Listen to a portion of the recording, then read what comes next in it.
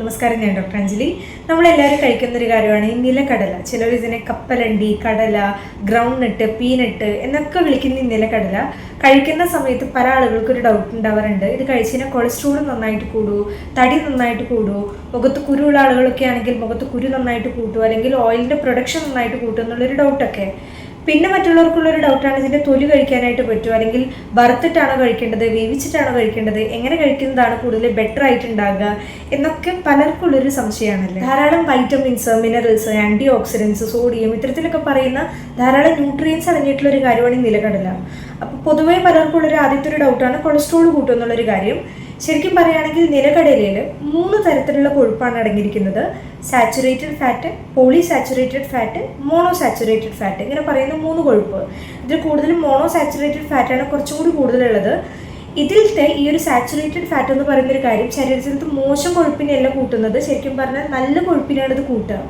അപ്പോൾ ഒരു മിതമായിട്ടുള്ള അളവിൽ നമ്മൾ കഴിച്ചു വരികയാണെങ്കിൽ ശരിക്കും നമ്മുടെ ഹാർട്ടിനെയൊക്കെ ഹെൽത്തി ആക്കി വെക്കാനായിട്ട് വളരെ നല്ലൊരു കാര്യമാണ്. പക്ഷെ കൂടുതലായിട്ട് കഴിക്കുന്നത് കുറച്ച് പ്രശ്നം ഉണ്ടാക്കും. മിതമായിട്ടുള്ള അളവെന്ന് പറയുമ്പോൾ നിങ്ങളൊരു കൈപ്പിടി അളവിൽ ആഴ്ചയിൽ 2 വട്ടം 3 വട്ടമൊക്കെ ആയിട്ട് കഴിക്കുന്നത് നല്ലതായിരിക്കും. ഇനി ദിവസവും കഴിക്കുകയാണെങ്കിൽ തന്നെ ഒരു 30 ഗ്രാം അളവിൽ ഇത്ര മാത്രം കഴിച്ചാലും മതി. ഈ ഒരു അളവിൽ നിങ്ങൾ കഴിക്കുന്നതിലൂടെ നിങ്ങളുടെ ഹാർട്ടിനെ ഹെൽത്തി ആക്കി വെക്കാനും നിങ്ങളുടെ കൊളസ്ട്രോളിനെ മെയിൻറ്റെയിൻ ചെയ്യാനും വളരെ നല്ലൊരു കാര്യമാണ്. രണ്ടാമത്തെ ഒരു ഡൗട്ടാണ് വെയിറ്റ് കൂട്ടുക എന്നുള്ളൊരു കാര്യം. ഈ നിലക്കടല ശരിക്കും പറഞ്ഞാൽ വെയിറ്റ് കുറയ്ക്കാൻ വേണ്ടി സഹായിക്കുന്ന ഒന്നാണ്. എങ്ങനെയാണെന്ന് നോക്കിക്കഴിഞ്ഞ് കഴിഞ്ഞാൽ ഇതിൽ റിച്ച് ആയിട്ട് പ്രോട്ടീൻ അതുപോലെ തന്നെ ഫൈബറിൻ്റെ കണ്ടന്റ് അടങ്ങിയിട്ടുള്ളത് കൊണ്ട് തന്നെ നമ്മളിത് കഴിക്കുന്ന സമയത്ത് നമ്മുടെ വയറ് നന്നായിട്ട് ഫുള്ളായിട്ടുള്ള പോലെ തോന്നും. അതുപോലെ ഇത് കഴിച്ച് കഴിഞ്ഞ് കുറച്ച് നമ്മൾ കൂടുതൽ വെള്ളം കുടിക്കുന്നത് കൊണ്ട് നമ്മുടെ വയറ് ഫില്ലാവും. എക്സ്ട്രാ നമ്മൾ കുറേ ഫുഡ് വാരി വലിച്ച് കഴിക്കില്ല. അതുകൊണ്ട് തന്നെ വെയിറ്റ് ലോസിന് ട്രൈ ചെയ്യുന്നവർക്ക് കഴിക്കാൻ പറ്റിയിട്ടുള്ള ഒരു കാര്യമാണ് ഈ നിലക്കടല. പ്രോട്ടീൻ്റെ കണ്ടന്റും അത്യാവശ്യം നല്ല രീതിയിൽ ഇതിൽ അടങ്ങിയിട്ടുണ്ട്. പിന്നെ ഗർഭിണികളായിട്ടുള്ള സ്ത്രീകൾക്കും നല്ലൊരു ഓപ്ഷനും കൂടിയാണ്. കാരണം ഇതിൽ ഫോളേറ്റ് അതുപോലെ തന്നെ അയേൺ റിച്ച് ആയിട്ടുള്ള കാര്യങ്ങളായതുകൊണ്ട് ഗർഭസ്ഥ ശിശുവിനും ഗർഭിണികളായിട്ടുള്ള സ്ത്രീകൾക്കും നല്ലൊരു ഓപ്ഷനും കൂടിയാണ് ഈ നിലക്കടല. തലച്ചോറിൻ്റെ പ്രവർത്തനത്തിന് ബൂസ്റ്റ് ചെയ്യാനും ബെസ്റ്റ് ആയിട്ടുള്ളൊരു കാര്യം കൂടിയാണിത്.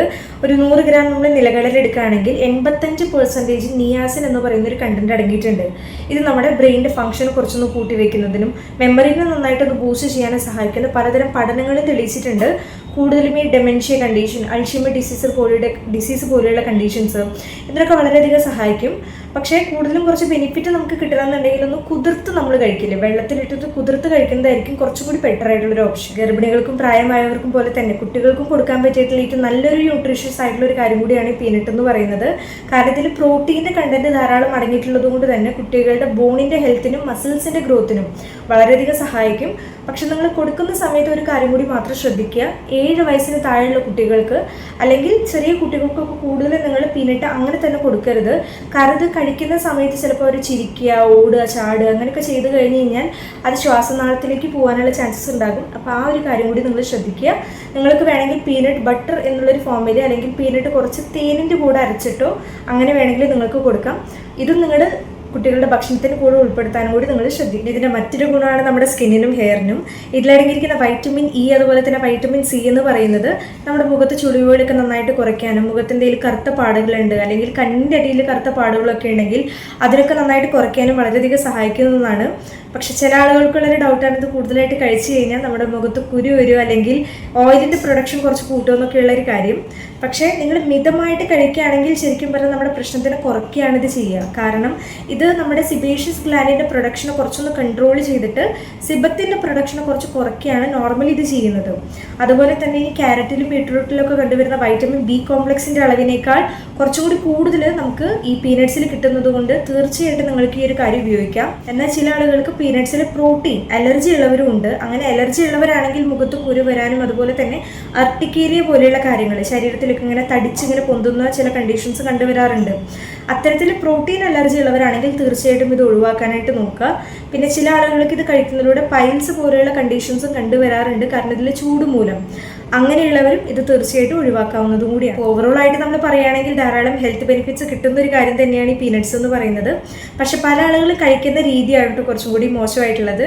ഈ ഉപ്പിട്ടിട്ട് വറുത്തിട്ടുള്ള ഈ പീനട്സ് ഒക്കെ കഴിക്കുന്നതിലൂടെ നമുക്ക് അനാവശ്യമായിട്ടുള്ളൊരു സോഡിയം നമ്മുടെ ശരീരത്തിലേക്ക് എത്തുകയാണ് ചെയ്യുക. അപ്പോൾ അത്തരത്തിലുള്ള രീതിയിൽ നിങ്ങൾ കഴിക്കാതിരിക്കുക.